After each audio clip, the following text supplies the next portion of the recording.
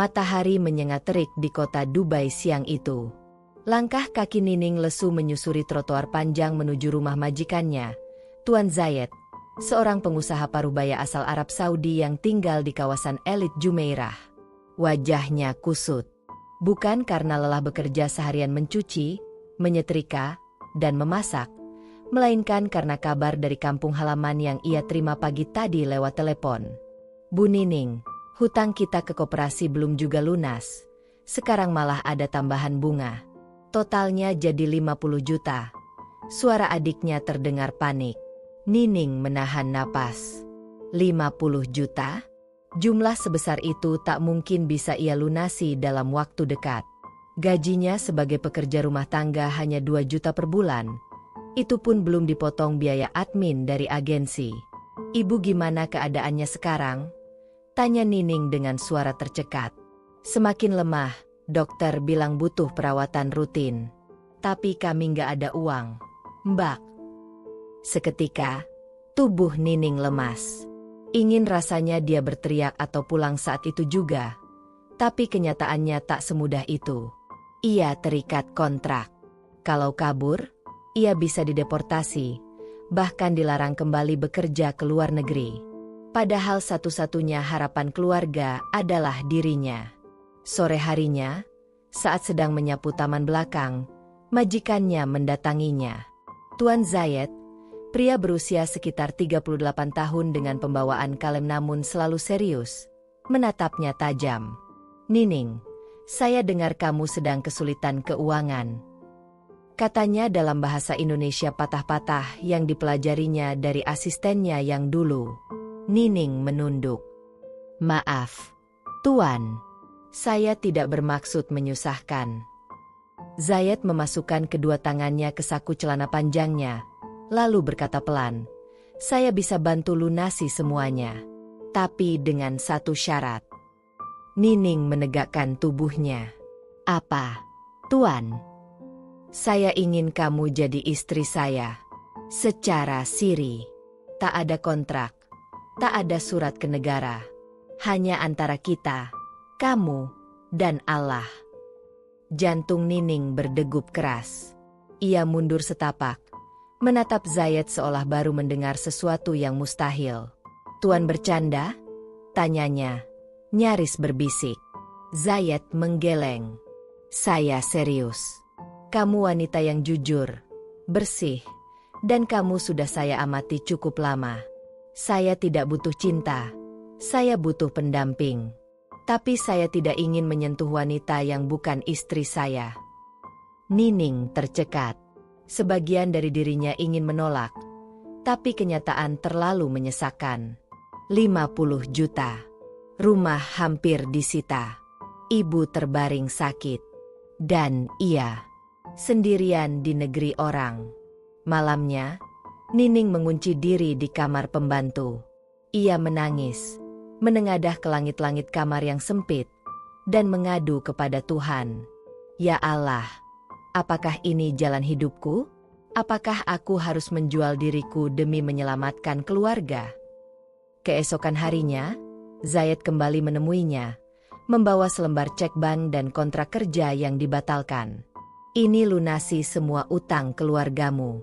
Saya juga bebaskan kamu dari kontrak kerja.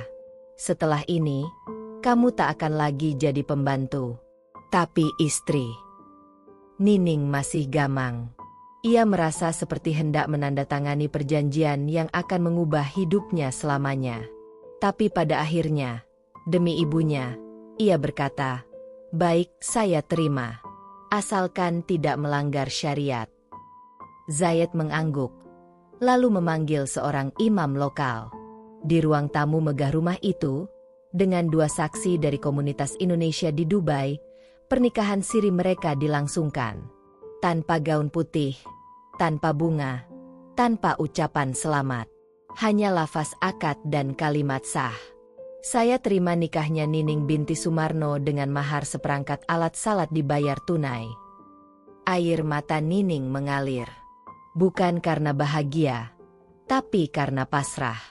Sejak hari itu, statusnya bukan lagi pembantu, tapi istri, dalam pernikahan yang tak akan pernah bisa ia banggakan. Malam harinya, Nining duduk di tepi ranjang di kamar Zayed. Ia mengenakan gamis putih pemberian majikannya. Tangan gemetar. Tak tahu apa yang harus dilakukan. Zayed duduk di sisi lain ranjang, menatapnya lekat-lekat. "Kamu tegang," katanya. Nining hanya menunduk. "Saya tahu ini aneh. Tapi saya tidak ingin kamu merasa terpaksa. Kalau kamu belum siap, saya akan menunggu." Nining mengangkat wajahnya. Dalam sorot mata Zayed ada keraguan yang tulus. Ia bukan pria kasar, tapi juga bukan pria yang ia cintai. Hubungan ini tidak dibangun di atas cinta, tapi hutang. Zayed berdiri. "Saya tidur di ruang tamu malam ini." Namun saat ia melangkah pergi, suara Nining menahan. "Tuan, kalau saya tidak bayar dengan tubuh saya, apakah saya masih dianggap istri?" Zayed berhenti, lalu menoleh. "Kamu bukan barang sewaan, Nining. Kalau saya minta, itu karena saya ingin kamu jadi milik saya seutuhnya. Tapi saya tidak ingin kamu menyerahkan tubuhmu dalam ketakutan." Dan malam itu, tidak ada pelampiasan nafsu. Yang ada hanya dua jiwa yang sama-sama terluka, duduk dalam hening dan kebingungan. Nining pun tahu, hidupnya tak akan pernah sama lagi mulai malam ini. Pagi pertama sebagai istri siri seorang majikan Arab seharusnya menjadi momen bahagia, setidaknya bagi sebagian orang. Tapi tidak bagi Nining. Ia terbangun lebih awal dari biasanya, duduk di atas tempat tidur besar yang tak asing namun kini terasa seperti jerat tak kasat mata. Matanya sembab, bukan karena tidur nyenyak, melainkan semalaman tak henti menangis dalam diam. Pikirannya masih berputar tak tentu arah. Benarkah ini jalan yang dipilih Tuhan untuknya? Ketika Zayed membuka pintu kamar dan masuk dengan secangkir teh hangat di tangan, Nining kaget dan buru-buru membenarkan posisi duduknya. Pria itu hanya menatapnya sebentar lalu meletakkan teh di atas nakas. "Kamu tidak tidur?" tanya Zayed datar, namun lirih. Nining menggeleng pelan. "Saya belum bisa terbiasa." Zayed hanya mengangguk. Ia tahu pernikahan mereka aneh. Tak ada proses saling mengenal. Tak ada cinta. Hanya kesepakatan. Ia pria, dan dia wanita. Tapi hubungan mereka tak seperti suami istri lain yang saling menanti malam pertama dengan bahagia. "Aku harus pergi kerja. Hari ini kamu bebas. Anggap rumah ini rumahmu. Tapi jangan keluar sendirian. Dubai tidak ramah untuk perempuan sendirian jika tak tahu jalannya," katanya sebelum berlalu. Nining hanya membalas dengan anggukan kecil. Setelah Zayed pergi, ia berkeliling rumah megah itu. Dulu ia hanya diizinkan di area dapur dan ruang tamu, tapi kini semua kamar terbuka. Ia melangkah masuk ke ruang kerja Zayed. Di atas meja, tergeletak foto seorang perempuan Arab dengan mata tajam dan senyum sinis. "Yasmin," bisik Nining. Nama yang pernah ia dengar dari Asma, Art lama sebelum ia digantikan. Yasmin adalah mantan tunangan Zayed. Katanya, wanita itu meninggalkannya demi pria lain yang lebih kaya. Sejak saat itu, Zayed berubah menjadi dingin dan tidak percaya cinta. Nining menatap foto itu lama, lalu menunduk. Ia sadar dirinya bukan siapa-siapa. Bahkan cinta pun tak pernah diharapkan darinya. Ia hanya perempuan kampung yang diselamatkan oleh nasib dengan cara yang begitu menghina harga dirinya. Siang hari, Nining menerima telepon dari keluarganya di Indonesia. Suara ibunya terdengar lebih lega. "Ning, uangnya sudah sampai. Kamu ngapain aja sampai bisa kirim sebanyak itu, Nak?" Hati Nining mencelos. Ia tak bisa berkata jujur. Ia hanya bilang, "Dapat pinjaman dari majikan, Bu. Yang penting ibu cepat sembuh." "Ya." Ibunya menangis bahagia. "Kamu anak baik, Ning. Ibu doakan kamu bahagia. Ya." Nining hanya bisa membalas doa itu dalam hati. Bahagia? Kata itu terasa begitu asing di bibirnya sekarang. Sore menjelang malam, Zayed pulang. Ia membawa sebuah kotak kecil dan memberikannya pada Nining. Dalamnya, ada sepotong kalung emas bertuliskan nama Nining dalam huruf Arab. Kalung yang cantik dan terlihat mahal. Tapi bagi Nining, benda itu hanya pengingat bahwa ia sudah dibeli. Zayed melihat reaksi Nining yang ragu. Kenapa? Tidak suka? Tanyanya. Nining menggeleng pelan. Saya hanya belum terbiasa menerima hadiah. Zayed mengangguk pelan, lalu duduk di kursi dekat jendela. Kalau kamu mau, saya bisa belikan rumah untuk keluargamu di Indonesia. Saya juga bisa bantu usahakan agar adikmu bisa sekolah tinggi. Tapi semua itu ada syaratnya. Nining menegang. Syarat. Lagi-lagi syarat. Apa syaratnya kali ini, Tuan?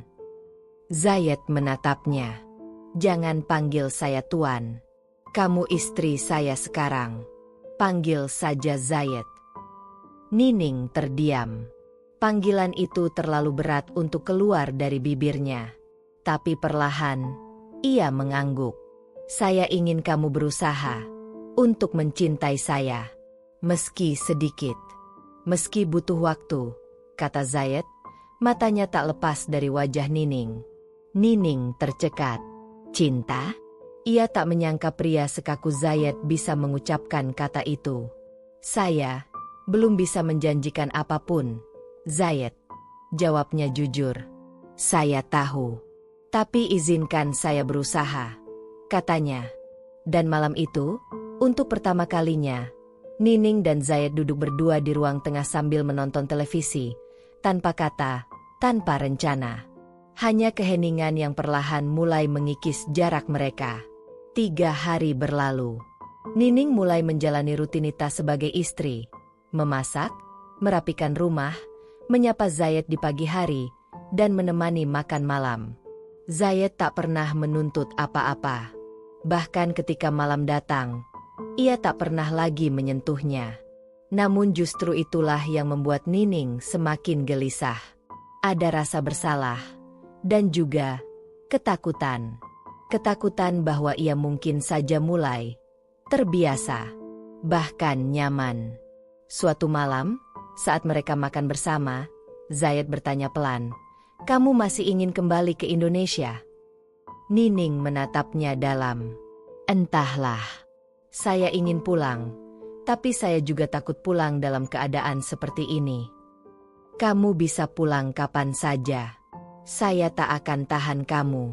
Tapi kalau kamu bertahan, saya akan buat semuanya lebih mudah." Nining tak menjawab. Tapi di dalam hatinya, ia sadar, tawaran Zayed tak lagi terdengar seperti tekanan. Ada nada harapan, bukan paksaan. Dan disinilah kisah mereka benar-benar dimulai.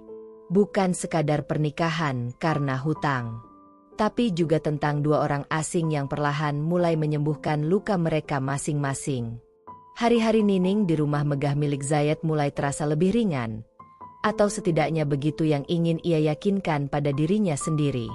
Ia tak lagi dibebani pekerjaan rumah seperti dulu. Bahkan Zayed memberinya akses penuh untuk menggunakan semua fasilitas rumah.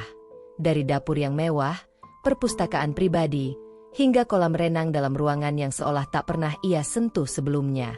Namun, setiap sudut kemewahan itu justru membuat Nining merasa asing. Ia bukan bagian dari dunia ini. Dunia di mana seseorang bisa membeli pernikahan hanya dengan selembar cek. Hingga malam itu datang.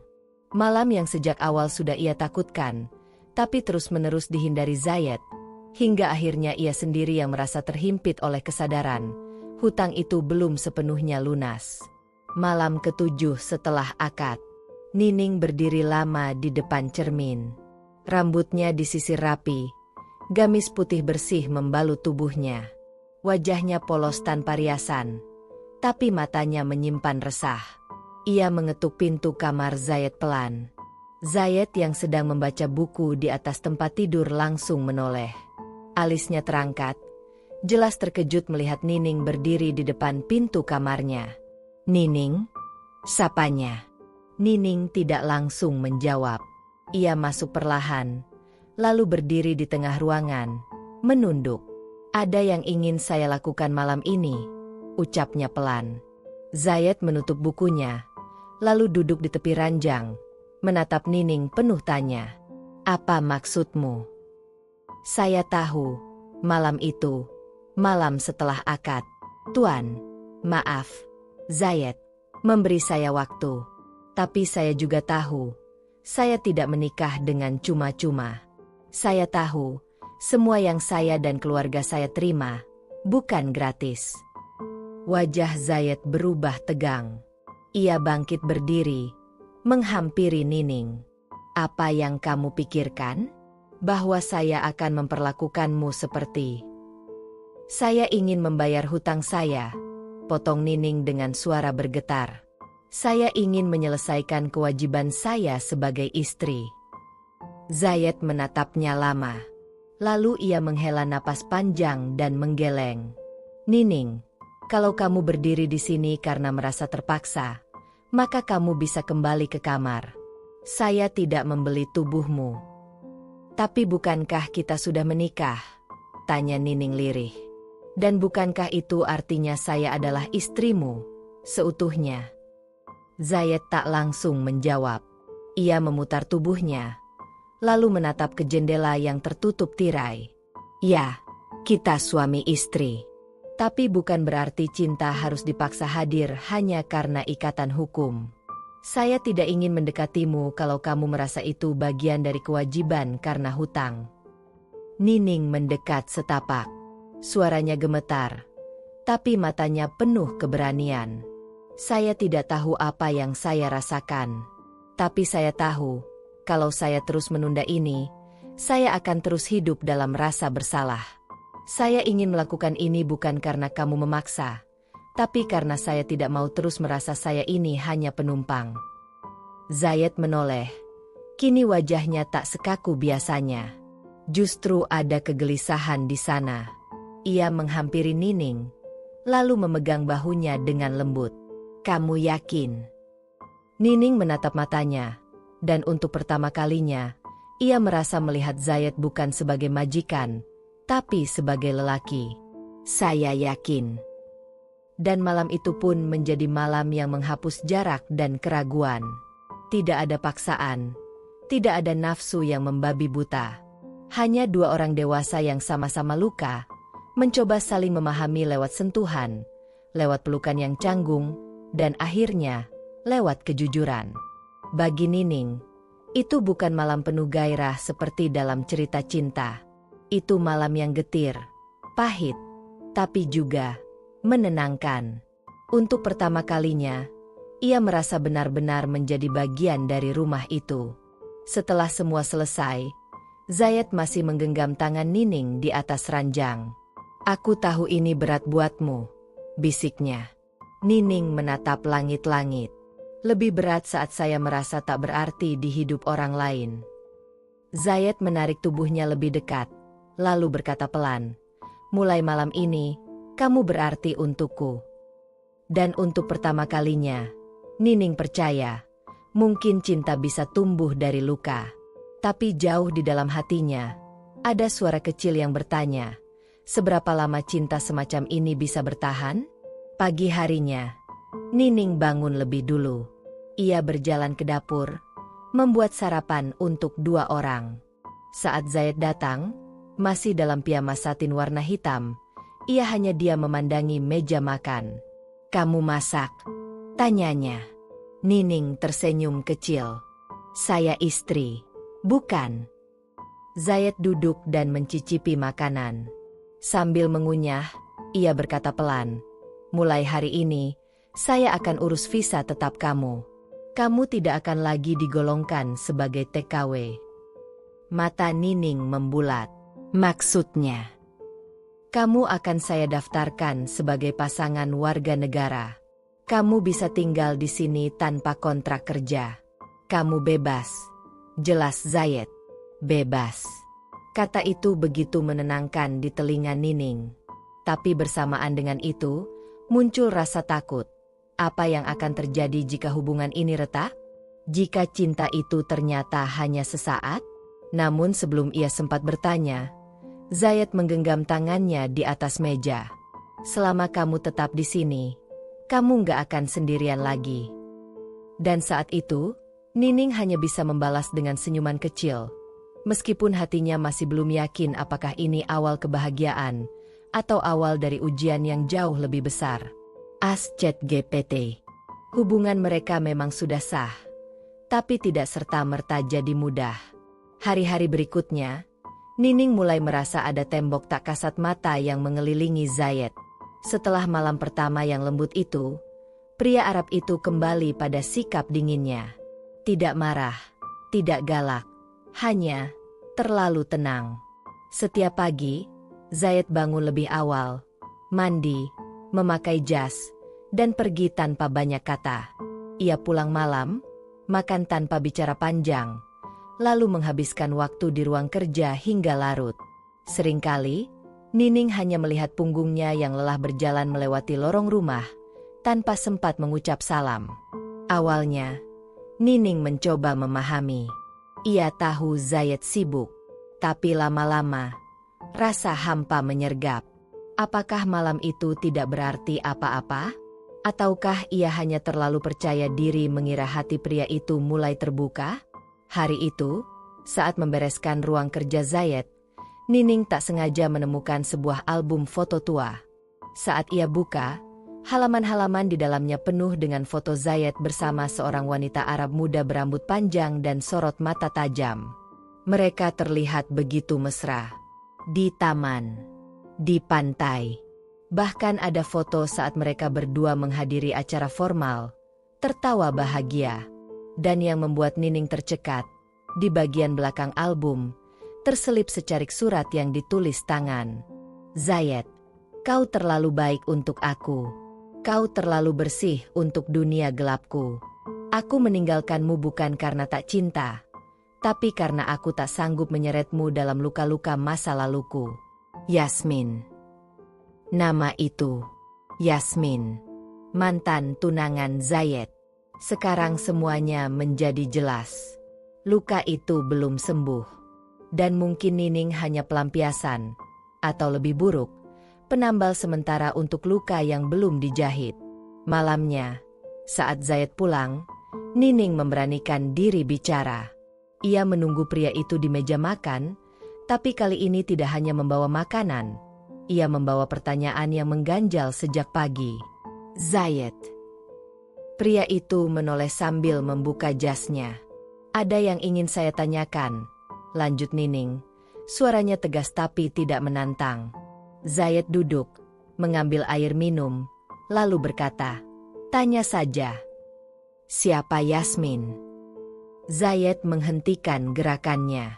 Wajahnya tak menunjukkan emosi, tapi dari cara ia memutar gelas perlahan, Nining tahu pertanyaannya menusuk dalam.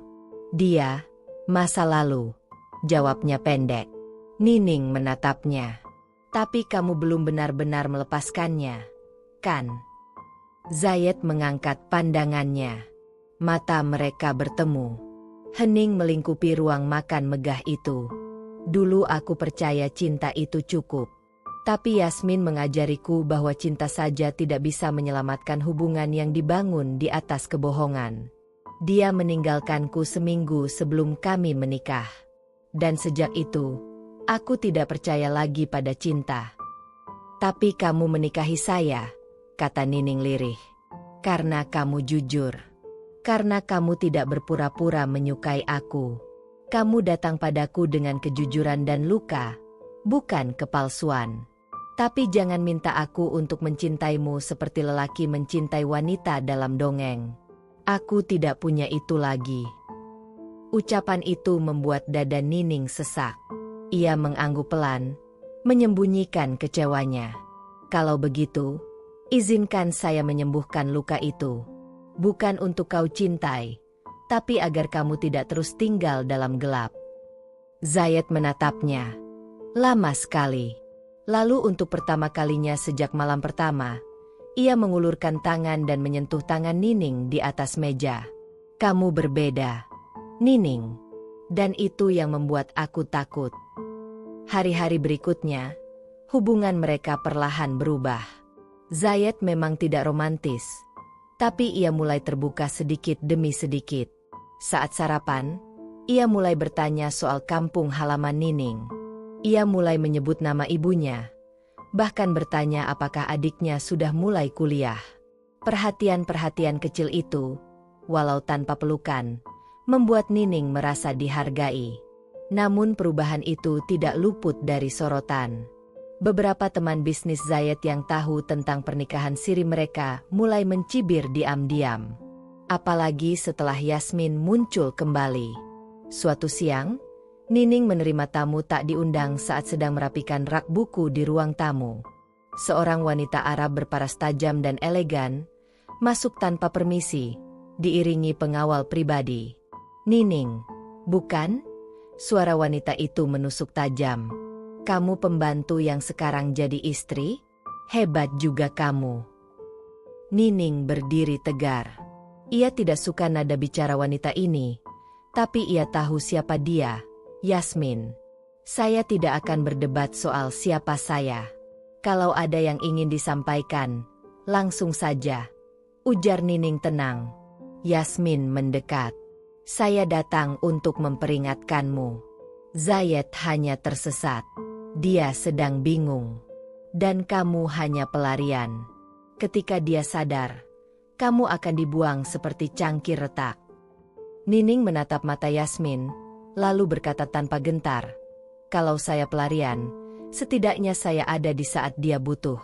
Bukan di saat semuanya mudah. Yasmin menatap tajam, lalu berbalik pergi. Saat Zayed pulang malam itu, Nining tidak mengatakan apa-apa. Tapi Zayed seperti tahu sesuatu terjadi. Yasmin datang ke rumah, tanyanya pelan saat mereka duduk di balkon. Nining hanya mengangguk. Aku minta maaf. Aku seharusnya melindungimu. Tak apa. Aku tidak butuh dilindungi dari dia. Aku hanya ingin kamu jujur. Kamu masih mencintainya. Zayed menatap langit malam. Lama. Lalu menjawab jujur. Aku tidak tahu. Tapi aku tahu. Aku mulai takut kehilangan kamu. Dan malam itu, Nining menyadari bahwa kadang cinta memang tidak datang dengan mewah. Tidak dengan janji-janji indah. Tapi datang perlahan. Lewat kejujuran, luka, dan keberanian untuk saling bertahan. Hubungan Nining dan Zayed perlahan menemukan alurnya sendiri. Meski tanpa kata cinta yang terucap, kehadiran satu sama lain mulai menjadi kebiasaan yang sulit dilepas. Setiap pagi, Zayed menyempatkan diri sarapan bersama Nining. Setiap malam, mereka duduk di balkon, berbicara singkat, terkadang dalam diam yang tak lagi canggung. Namun kenyamanan itu mulai terancam ketika Yasmin mulai muncul lebih sering. Tidak hanya sekali dua kali, tapi hampir setiap pekan. Alasan selalu sama, urusan bisnis keluarga, proyek bersama, atau sekadar menitip dokumen. Tapi mata Yasmin tak pernah berbohong. Ia datang bukan karena pekerjaan. Ia datang karena belum rela. Suatu malam, Nining menunggu Zayed lebih lama dari biasanya. Pria itu biasanya pulang sebelum jam 9, tapi kali ini sudah hampir tengah malam, dan belum ada kabar. Ponselnya tak aktif. Rasa khawatir berubah jadi gelisah, lalu pelan-pelan berubah menjadi cemburu. Saat suara mobil terdengar di halaman, Nining buru-buru berdiri. Ia ingin menyambutnya di pintu. Tapi langkahnya terhenti saat melihat siapa yang turun dari mobil. Zayed dan Yasmin. Wajah Yasmin cerah. Tawa tipis masih tersisa di bibirnya. Sementara Zayed, seperti biasa, tenang, datar, tanpa ekspresi jelas. Tapi bagi Nining, itu cukup. Perempuan bisa tahu kapan suaminya menyembunyikan sesuatu, meski tak berkata sepatah pun. Begitu Yasmin masuk, Nining memberi salam. Senyum di wajahnya tetap ada, tapi nadanya tegas. "Selamat malam, Yasmin." Yasmin mengangguk, bahkan sempat menyapu Nining dengan pandangan mengejek sebelum berkata, "Tenang saja, aku hanya mengantarnya pulang. Tak ada yang perlu dicurigai." Zayed menoleh cepat, menatap Yasmin dengan sorot tak suka. Tapi Yasmin hanya tersenyum manis dan pamit seolah tak terjadi apa-apa. Setelah Yasmin pergi, Nining tak langsung bicara. Ia hanya masuk ke dapur, menuangkan teh hangat seperti biasa. Tapi saat ia meletakkannya di meja, Zayed menangkap tatapan matanya. "Kamu marah?" Nining menggeleng pelan. "Tidak." "Cemburu?" Nining menatap mata Zayed dengan jujur. "Sedikit." Zayed mendesah panjang. Ia duduk di sofa, lalu memijat pelipisnya. "Aku tahu ini rumit. Yasmin memang muncul lagi. Tapi aku tidak meminta dia kembali. Dia yang datang sendiri." "Lalu kamu biarkan?" tanya Nining pelan. "Karena aku mencoba menyelesaikan semua ini baik-baik. Aku tidak mau menambah musuh. Dia mantan tunangan sekaligus rekan bisnis. Kalau aku mengusirnya mentah-mentah, itu bisa jadi bumerang. Tapi aku juga tidak bermaksud menyakitimu." Nining diam. Ia memahami. Tapi rasa itu tak bisa dia redam begitu saja. Ia hanyalah wanita biasa. Dan wanita mana yang sanggup menelan cemburu dalam diam? Hari-hari berikutnya, Nining merasa ada yang berubah dalam dirinya. Ia mulai memerhatikan penampilan. Gamisnya lebih rapi, hijabnya lebih anggun.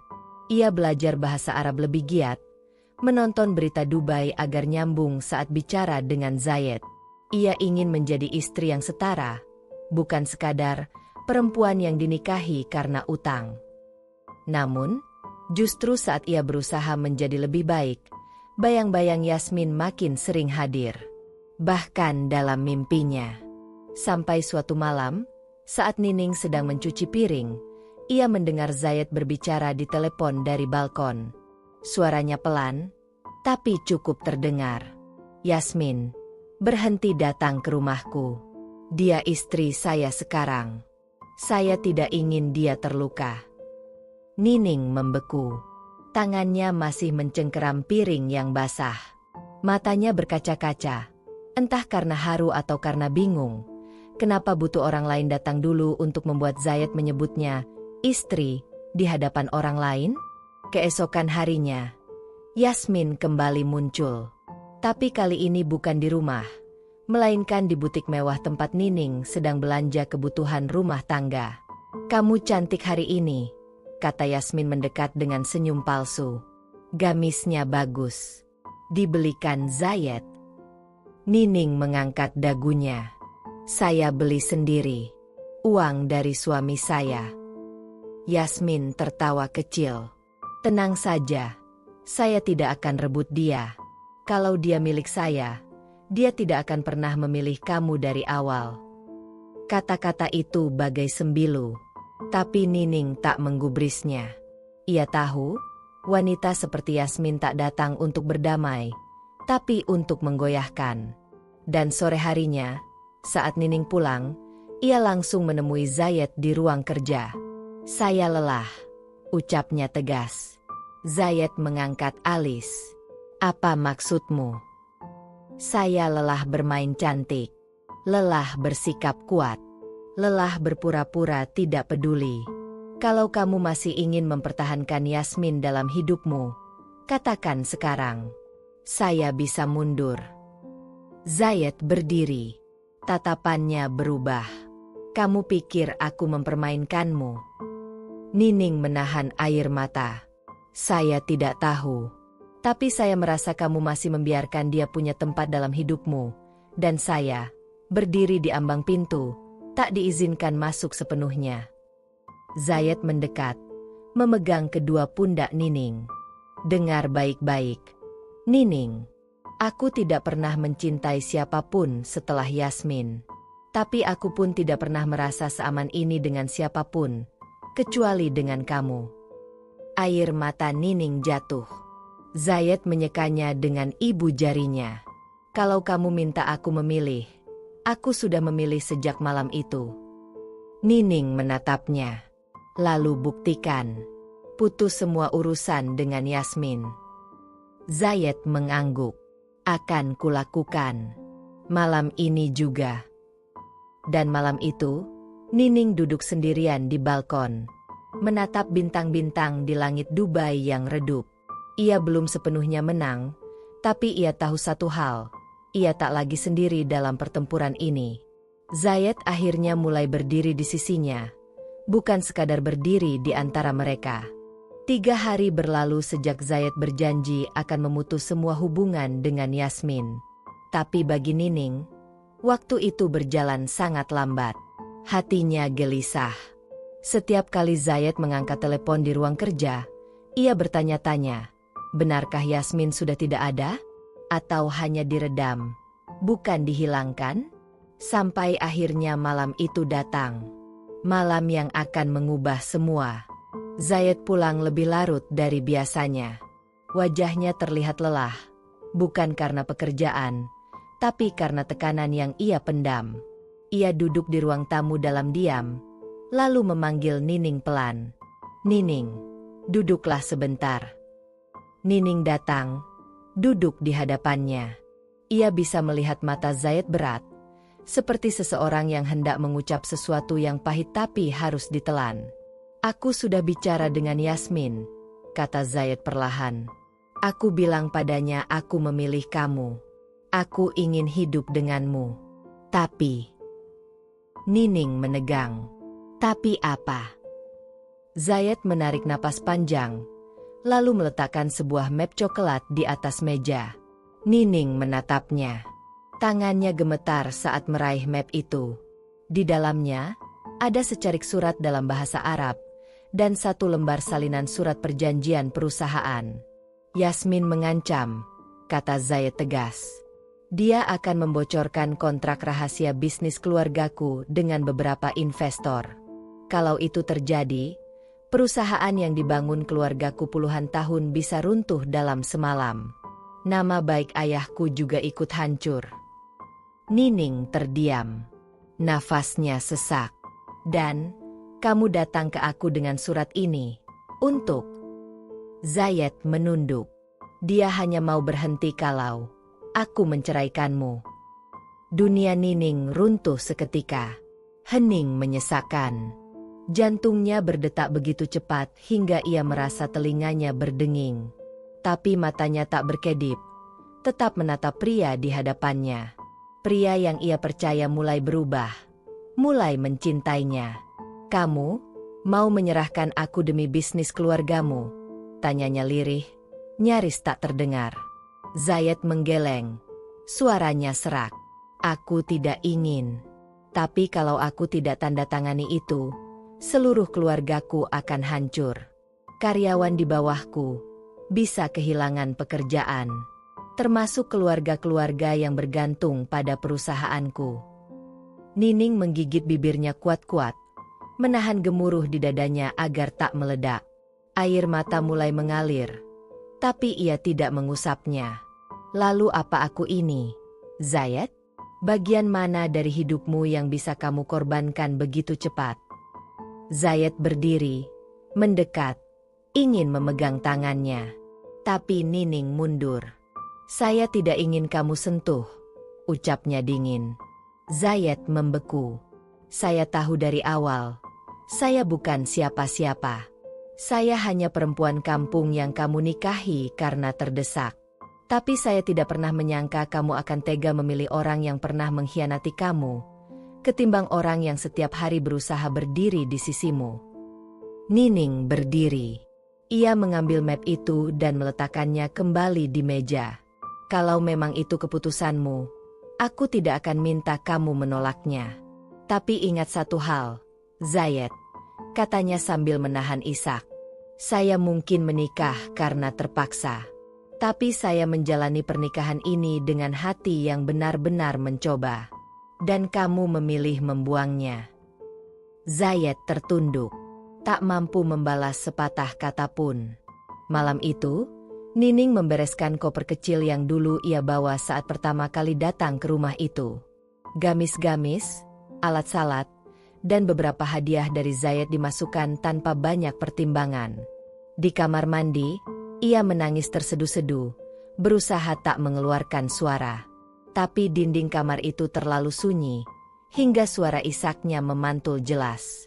Pagi hari, ia meninggalkan rumah sebelum Zayed bangun. Dengan hanya membawa koper kecil dan sisa uang yang sempat ia simpan, Nining naik taksi menuju bandara. Ia tak punya tiket pulang, tapi ia tahu pasti, ia tak bisa tinggal lebih lama di rumah itu. Di bandara, ia duduk berjam-jam, memandangi tiket sementara dari petugas agensi yang mengatur pemulangannya. Ia kembali ke Indonesia sebagai istri yang tak dianggap. Pernikahannya tidak tercatat. Statusnya kabur dari kontrak kerja. Ia tahu akan ada banyak pertanyaan dari orang-orang kampung. Tapi itu lebih baik daripada terus menjadi orang yang dikorbankan. Di sisi lain, Zayed berdiri di ruang tamu yang kosong pagi itu. Ia memeluk map surat cerai yang belum sempat ditandatangani. Di meja makan, ada secari kertas kecil bertuliskan tangan Nining. "Terima kasih atas semua yang pernah kamu beri, bahkan jika itu hanya luka. Aku pergi bukan karena tidak cinta, tapi karena aku harus menyelamatkan sisa harga diriku sendiri." Zayed menutup matanya. Dada kirinya terasa nyeri. Untuk pertama kalinya, ia menangis. Bukan karena kehilangan harta, tapi karena kehilangan satu-satunya orang yang pernah memberinya rasa tenang. Dan kali ini, tak ada yang bisa disalahkan, kecuali dirinya sendiri. Langit Jakarta pagi itu mendung saat Nining menjejakkan kakinya di Bandara Soekarno-Hatta. Wajahnya pucat, matanya bengkak karena tak tidur semalaman. Ia berjalan dengan langkah pelan, menyeret koper kecil, satu-satunya barang yang tersisa dari seluruh kisahnya di Dubai. Ia bukan lagi istri dari seorang pengusaha Arab. Ia kembali menjadi seorang perempuan biasa, tanpa pekerjaan, tanpa status, tanpa tempat untuk pulang. Ia menahan tangis saat taksi yang ditumpanginya melintasi jalanan kota yang padat. Pikirannya penuh dengan pertanyaan. Bagaimana menjelaskan semuanya kepada ibu? Kepada tetangga yang dulu mencibir saat ia pergi jadi TKW, lalu tiba-tiba pulang tanpa kabar, tanpa suami? Setiba di kampung, Nining turun di depan sebuah rumah kecil di pinggir sawah. Rumah ibunya. Rumah yang dulu ia tinggalkan dengan janji akan pulang membawa harapan. "Ning, astagfirullah. Kamu kenapa, nak?" teriak Bu Emah, ibunya, begitu melihat Nining turun dari mobil dan langsung menubruk pelukannya. Nining tak bisa menahan tangis.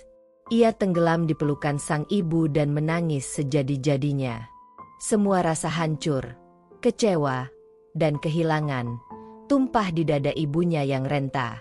"Ibu, Ning gagal. Ning ditinggal, Bu," isaknya. Ibu Emah hanya mengelus punggung putrinya. Tidak bertanya lebih. Tak menghakimi. Hanya diam, membiarkan anak gadisnya menangis sepuasnya di pangkuan ibu yang tak pernah pergi. Beberapa hari berlalu. Nining tinggal di rumah dengan kondisi mental yang jauh dari baik. Ia tak keluar kamar, tak bicara banyak, bahkan tak menjamah makanan kecuali dipaksa. Di dalam pikirannya, wajah Zayed masih terus menghantui. Kata-katanya, tatapannya, dan janji yang ia langgar demi menyelamatkan nama keluarganya. Namun perlahan, Nining mulai berdiri lagi. Ia memaksa dirinya untuk bangkit. Jika tidak demi dirinya sendiri, maka demi ibunya yang sudah tua dan adiknya yang belum lulus sekolah. Ia mulai menjahit baju, mengambil pesanan dari tetangga-tetangga sekitar. Uang yang ia bawa dari Dubai digunakan untuk membeli mesin jahit sederhana. Meski tak banyak, ia bersyukur.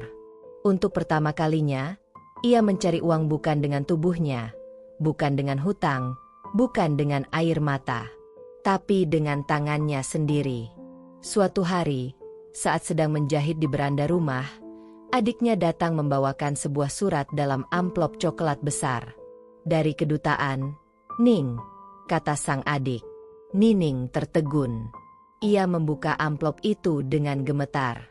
Isinya, sebuah dokumen legal dari kantor notaris Dubai, serta surat yang ditulis tangan. Isi surat, "Nining, saya sudah menandatangani surat pembatalan kontrak dengan Yasmin.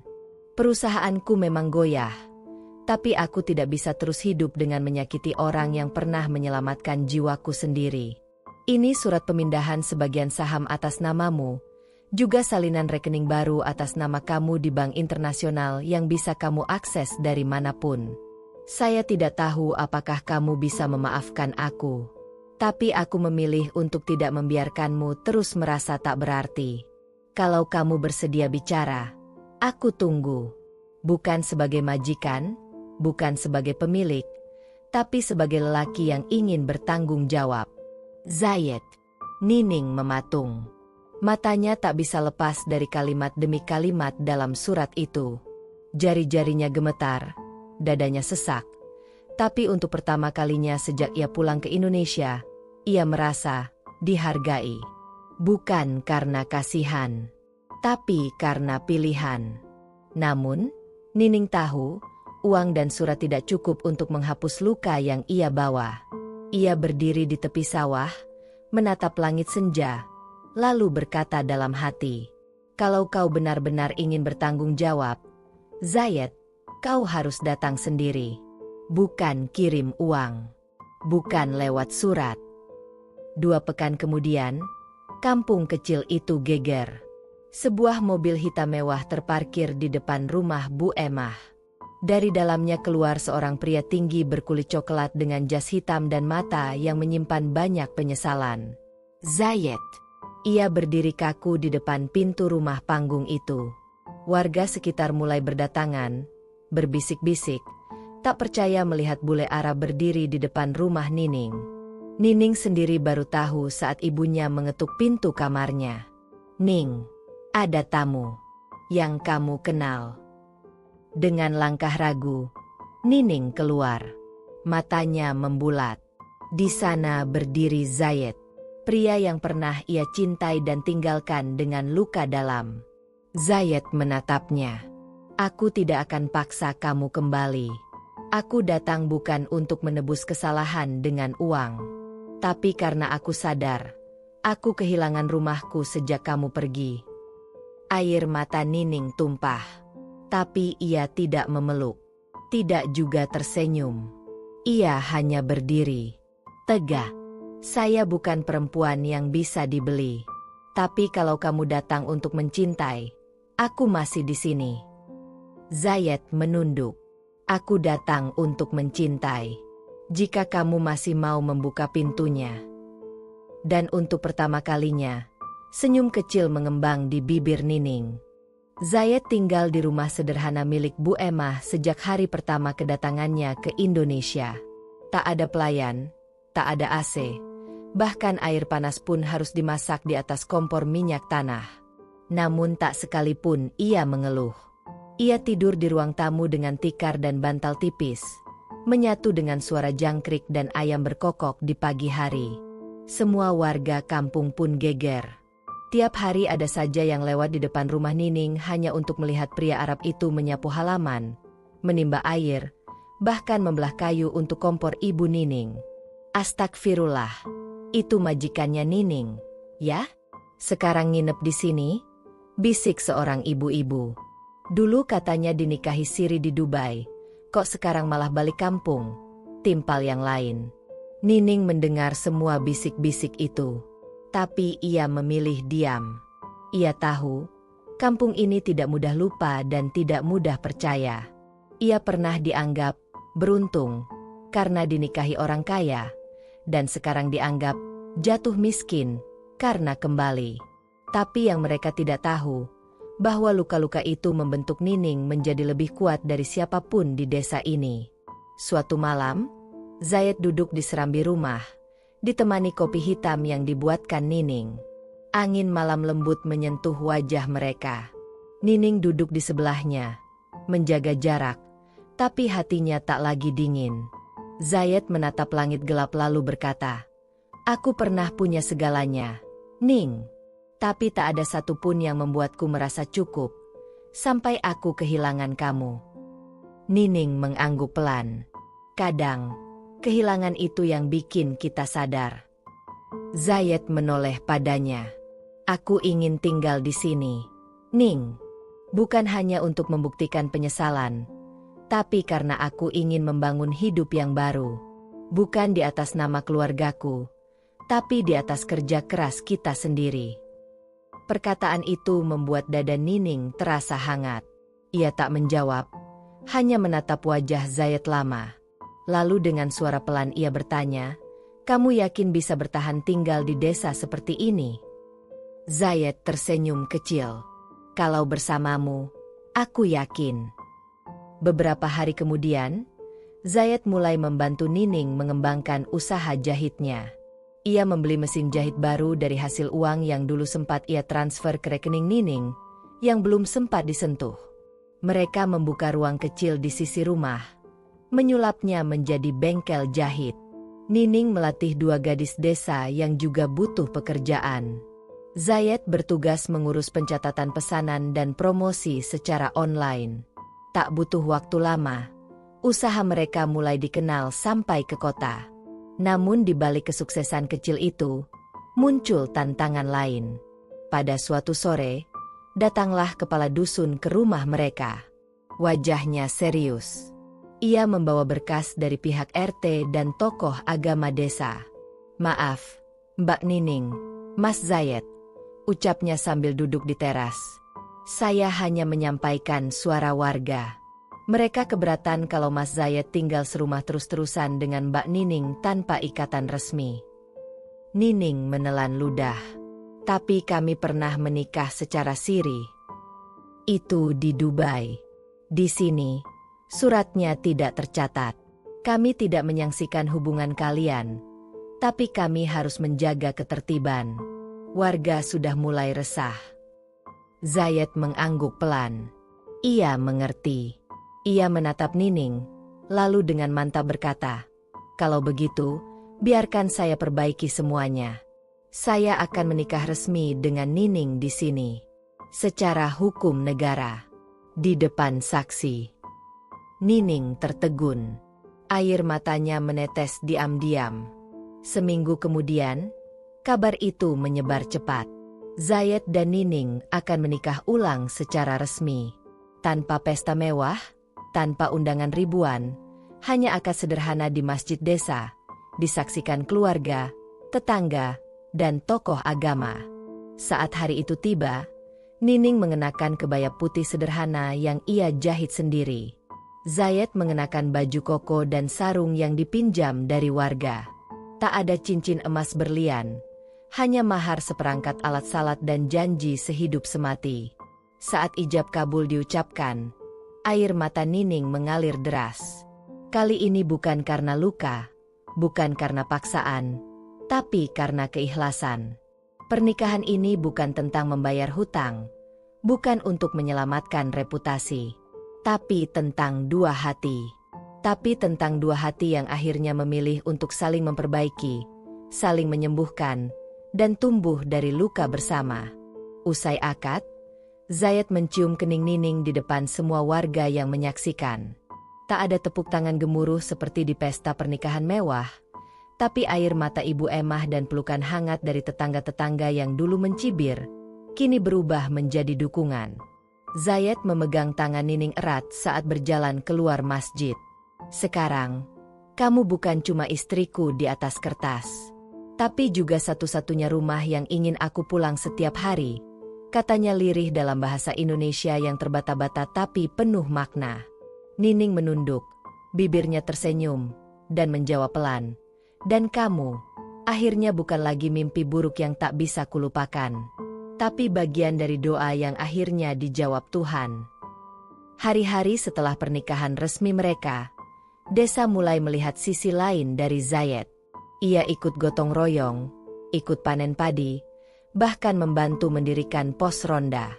Anak-anak kecil memanggilnya Om Arab, dan tak jarang menertawakan logatnya yang lucu. Tapi Zayed tertawa bersama mereka, tanpa malu, tanpa gengsi. Beberapa bulan telah berlalu sejak pernikahan resmi Nining dan Zayed di desa kecil itu. Hidup mereka perlahan menemukan irama baru. Nining yang dahulu hanya penjahit rumahan, kini menjadi pelatih bagi gadis-gadis desa yang ingin belajar menjahit. Zayed, yang dulu duduk di kursi direktur perusahaan besar, kini tak sungkan duduk di depan pasar desa, memotret produk-produk karya istrinya dan memasarkannya melalui media sosial. Nama usaha mereka, Rumah Jahit Nining Zayed, mulai dikenal. Pesanan datang dari kota, bahkan dari luar provinsi. Kain-kain hasil jahitan mereka dipakai di beberapa acara pernikahan dan pengajian besar. Mereka tak kaya raya, tapi cukup. Mereka tak punya kemewahan seperti dulu di Dubai, tapi punya kedamaian yang lebih langka. Namun, hidup tak pernah selamanya tenang. Pada suatu pagi, saat Nining sedang menyuapi ibunya yang mulai sakit-sakitan, Zayed masuk rumah dengan wajah cemas dan membawa surat resmi. "Ini, dari Dubai," katanya pelan. Nining meletakkan mangkuk bubur dan segera membaca surat itu. Matanya menajam. Isinya singkat tapi mengagetkan. Pengadilan Niaga Dubai memanggil Zayed untuk hadir dalam sidang penting terkait gugatan dari Yasmin atas perusahaan keluarganya. "Yasmin?" gumam Nining. Zayed mengangguk. Dia menggugat pembagian saham. Katanya, "Aku sudah menjual sebagian saham tanpa persetujuan keluarga. Padahal saham itu sudah sah atas nama kita berdua." Nining menghela napas panjang. Luka lama seakan disayat kembali. "Kamu harus pergi?" tanya Nining pelan. Zayed duduk di sampingnya. "Aku harus. Tapi aku takut ninggalin kamu. Aku takut semua ini hancur lagi." Nining menatap suaminya dengan mata penuh keyakinan. "Kalau dulu aku pergi karena merasa tidak dipilih, sekarang aku akan tinggal karena aku tahu kamu sudah memilih. Pergilah, hadapi, dan pulanglah dengan menang." Zayed menggenggam tangan Nining erat. "Aku akan pulang. Aku janji." Zayed berangkat ke Dubai 2 hari kemudian. Ia pergi sendiri, tanpa pengawal, tanpa supir. Hanya membawa koper dan dokumen penting. Di bandara, saat akan berangkat, ia sempat menatap layar ponselnya, melihat foto Nining yang sedang menjahit dengan senyum sederhana. Itu cukup untuk menguatkannya. Di Dubai, suasana berubah drastis. Wartawan sudah berkumpul di depan gedung pengadilan, membawa kabar panas tentang putra mahkota perusahaan Zayed Group yang menikahi mantan artnya dan memberikan saham perusahaan pada perempuan Indonesia. Isu ras, status sosial, dan kebangsaan Nining kembali dibahas di media. Di dalam ruang sidang, Yasmin duduk dengan penuh percaya diri. Ia mengenakan gamis mahal dan duduk berdampingan dengan pengacara top Dubai. "Aku hanya menuntut keadilan," ucap Yasmin lantang. "Saham keluarga tidak boleh jatuh ke tangan orang asing yang tak punya kontribusi." Zayed berdiri, tenang tapi tegas. "Saham itu adalah hak milik saya pribadi. Sudah saya alihkan kepada istri saya secara sah. Kalian mungkin tidak bisa melihat kontribusinya di kantor, tapi saya bisa rasakan pengaruhnya di hati dan hidup saya." Ruangan hening. Hakim menatap kedua belah pihak. Proses sidang ditunda untuk 2 hari ke depan sambil menunggu pemeriksaan lebih dalam terkait dokumen legal. Di sisi lain, di desa, Nining kembali menghadapi ujian. Ibunya, Bu Emah, tiba-tiba jatuh sakit lebih parah. Dokter desa menyarankan dirawat di rumah sakit kota. Tapi biaya tidak sedikit. Dengan tenang, Nining menjual satu-satunya perhiasan emas yang ia punya, cincin kawin pertama dari Zayed, yang dulu diberikan saat malam pernikahan siri mereka di Dubai. "Cincin bisa diganti, tapi ibu nggak bisa," katanya lirih. Ia membawa ibunya ke rumah sakit dan menjaga siang malam. Di sela itu, ia juga tetap menjahit pesanan yang menumpuk.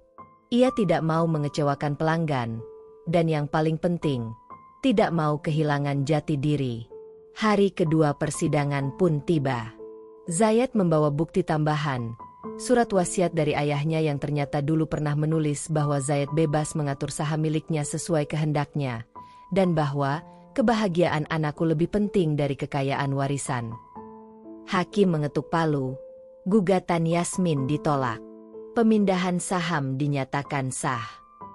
Wartawan berhamburan. Yasmin menangis marah. Tapi Zayed tetap tenang. Ia hanya tersenyum kecil, lalu keluar dari ruang sidang dan menelepon seseorang. "Ning, aku menang. Aku akan pulang." Dari balik suara telepon, Nining menangis. Tapi bukan karena sedih, melainkan karena akhirnya, kali ini, Zayed benar-benar kembali dengan kepala tegak, bukan untuk menebus dosa, tapi untuk melanjutkan cinta yang telah diperjuangkan bersama. Beberapa hari kemudian, saat fajar mulai menyingsing di desa, suara mobil terdengar di depan rumah. Nining yang sedang menyapu halaman langsung berdiri. Di sana, dengan mata lelah tapi senyum penuh kemenangan, berdiri Zayed sambil membawa 2 kantong belanjaan dan seikat bunga liar yang ia petik sendiri dari jalan setapak. "Aku pulang, Ning," katanya pelan. Nining tak berkata apa-apa. Ia hanya memeluknya erat, kali ini tanpa ragu. Karena cinta yang mereka miliki sudah melewati terlalu banyak badai untuk bisa diragukan. 3 bulan berlalu sejak Zayed pulang dari Dubai dengan kemenangan. Rumah kecil di desa itu kini terasa berbeda. Bukan karena menjadi mewah, tapi karena cinta yang tumbuh di dalamnya telah menjadikannya tempat paling hangat yang pernah mereka miliki. Usaha jahit Nining terus berkembang. Dibantu oleh pelatihan yang difasilitasi Zayed, para penjahit lokal kini mampu menghasilkan produk berkualitas ekspor. Beberapa pesanan bahkan datang dari butik-butik busana muslim luar negeri yang sebelumnya mengenal karya mereka lewat sosial media. Yang dulu hanya dikenal sebagai istri art Arab, kini Nining mulai dipanggil oleh pemerintah kabupaten sebagai pembicara UMKM. Ia berbicara tentang perjuangannya, tentang betapa pahitnya jadi perempuan yang dianggap remeh hanya karena status sosial, dan tentang kekuatan yang lahir dari luka yang diterima dengan ikhlas.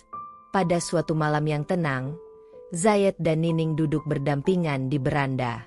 Langit cerah, suara jangkrik berpadu dengan semilir angin sawah. Di hadapan mereka, lampu-lampu rumah warga mulai redup satu persatu. "Aku sudah berpikir banyak, Ning," kata Zayed membuka percakapan. Nining menoleh. "Tentang apa?" Zayed menatap langit. "Tentang masa depan kita. Aku tahu, selama ini aku tinggal di sini karena ingin memperbaiki semuanya. Tapi aku juga tahu, cepat atau lambat, aku harus kembali ke dunia bisnisku." Nining terdiam. Ia mengerti maksud Zayed, tapi hatinya masih takut. "Kamu akan kembali ke Dubai?" tanyanya lirih. Zayed menggeleng. "Bukan. Aku ingin membangun kembali perusahaan di sini. Tapi bukan untuk aku sendiri. Aku ingin membentuk yayasan yang fokus pada pemberdayaan janda dan perempuan desa. Aku ingin setiap perempuan yang dulu seperti kamu punya kesempatan yang sama untuk bangkit." Nining menatap suaminya. Perlahan air matanya mengalir. Tapi kali ini bukan karena kehilangan, melainkan karena merasa benar-benar dicintai. "Zayed, dulu kamu hadir dalam hidupku karena hutang. Tapi hari ini, kamu tinggal karena hati," gumamnya pelan. Zayed tersenyum. Ia memegang tangan Nining erat. "Dan aku tidak akan pergi lagi, kecuali kamu sendiri yang meminta." 3 bulan setelah itu, Yayasan Harapan Nining berdiri secara resmi di kabupaten mereka. Dengan bantuan modal awal dari Zayed dan jejaring bisnisnya, yayasan ini membuka pelatihan menjahit, kuliner rumahan, dan pemasaran digital bagi ratusan perempuan yang selama ini hidup dalam ketertinggalan. Nining, yang dulunya malu keluar rumah karena cibiran tetangga, kini berdiri di podium-podium seminar UMKM. Wajahnya menghiasi brosur kementerian dan berita-berita lokal. Tapi meski namanya dikenal luas, Nining tetap memilih hidup sederhana di desa. Ia tetap bangun pagi, menyapu halaman, membantu tetangga yang sakit, dan mengantar makanan untuk anak-anak panti asuhan. Zayed pun tetap di sampingnya. Ia tak lagi memakai jas formal, tak lagi menggenggam ponsel 24 jam seperti dulu. Ia memilih hidup lebih tenang, lebih bermakna. Kadang yang kita kejar seumur hidup, justru bukan yang membuat kita bahagia, ucapnya suatu pagi sambil menyeduh kopi. Tapi justru yang datang saat kita sudah berhenti mengejar. Nining mengangguk. Seperti cinta ini. Tepat 1 tahun setelah pernikahan resmi mereka, Nining hamil. Kabar itu membuat satu desa heboh. Bahkan kepala desa datang membawa kue untuk mengucapkan selamat. Zayed menangis saat pertama kali mendengar detak jantung janin dalam kandungan Nining. Ia tak pernah membayangkan akan menangis karena hal sekecil itu. Tapi ternyata, disitulah letak kebahagiaan sejati. Nama anak mereka sudah disiapkan bahkan sebelum hari kelahirannya. Jika perempuan, akan diberi nama Nur Aisyah Zayed, cahaya lembut yang lahir dari perjalanan panjang dan luka yang sembuh dengan sabar. Jika laki-laki, akan diberi nama Muhammad Rahmat Zayed, sebagai lambang rahmat dan anugerah terbesar dalam hidup mereka. Di akhir cerita, takdir membuktikan bahwa cinta yang lahir dari keterpaksaan, jika dijaga dengan ketulusan, bisa berubah menjadi rumah paling kokoh dalam hidup seseorang. Nining tak lagi menjadi perempuan yang dipandang sebelah mata.